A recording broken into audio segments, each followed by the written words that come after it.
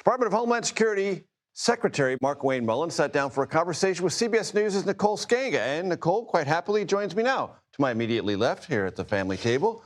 Nicole, what did he tell you about FIFA World Cup and ICE? Well, we received a confirmation that ICE will be at the World Cup and immigration arrests are not off the table. Now, Major, he did say that ICE agents won't be there for mass roundups, but they're also not taking their immigration enforcement hats off. Take a listen. We're not there that we're going to be enforcing mass immigration, but we're there to enforce the law. So Mr. if we find a Secretary, felon or we find someone doing customs, we're going to go after them. If you find a criminal, you will arrest them. But Yes. the mission at the World Cup is not immigration enforcement. We're not there. Well, ICE always says immigration enforcement. We're always going to do that. But we're not there for solely that purpose. We're in there to do our job. Immigration, custom enforcement. But immigration enforcement at the World Cup is not off the table because that is the mission of ICE. As I said, we're not there to go round up mass individuals, but we are always looking for the worst of the worst. We're going to continue to do that. But the ICE's footprint is much bigger than that. As I said, it's immigration, custom enforcement. And interestingly, ICE does have a presence at the Super Bowl, at other security events, Major. So they are there for looking out for counterfeit goods or, looking out for sex trafficking, for instance. But this is a flashpoint around the World Cup Absolutely. for those travelers and nations wondering if they can come and enjoy the process. Whenever ICE pops up anywhere, be it at the nation's airports during the shutdown, there is concern from folks who see the badge and who wonder, why are they here? This was an opportunity for the secretary to say there will be no immigration enforcement mission carried out at these games. And you see there, it's on the table. Exactly. And what did he tell you about what is known as Alligator Alcatraz in Florida? Interestingly enough, he sort of pushed back on what some Florida state officials have said about Alligator Alcatraz shutting down. He said DHS has evacuation plans, but they don't have any closure plans, Major. Take a listen to what he had to say.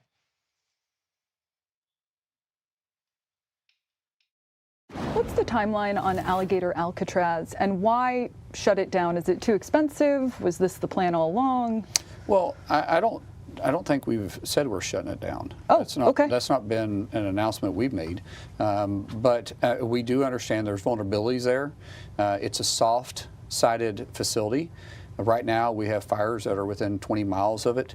We all know that Florida is pretty susceptible to hurricanes.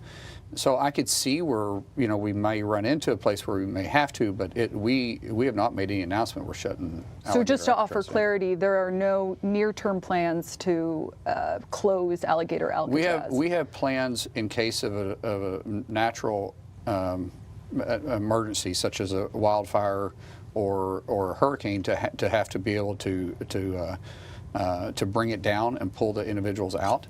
But there's need for us to be able to flex when we have a big influx of illegals. So a surge capacity. There is such a surge capacity that would be needed. And the secretary here making news on two other fronts when it comes to his vision for ICE, Major. One, he still wants to seek more detention space, obviously not shutting down Alligator Alcatraz here, but he may pivot away from warehouses, which is interesting because the DHS Inspector General is probing a $38 billion warehouse to detention program that was stood up by Secretary Noem. So he's saying they're looking at county jails, they're looking at shuttered facilities, they're pivoting away from those warehouses. He also told us, we reported just yesterday, that there is a new acting ICE director in David Venturello.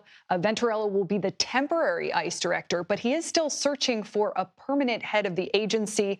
If he were successful in nominating that person and confirming them, it would be the first time since President Obama that ICE would have a permanent leader. And when that happens, or any developments on that front, I know that you will bring them to us. Absolutely. Nicole Sganga, thank you very much.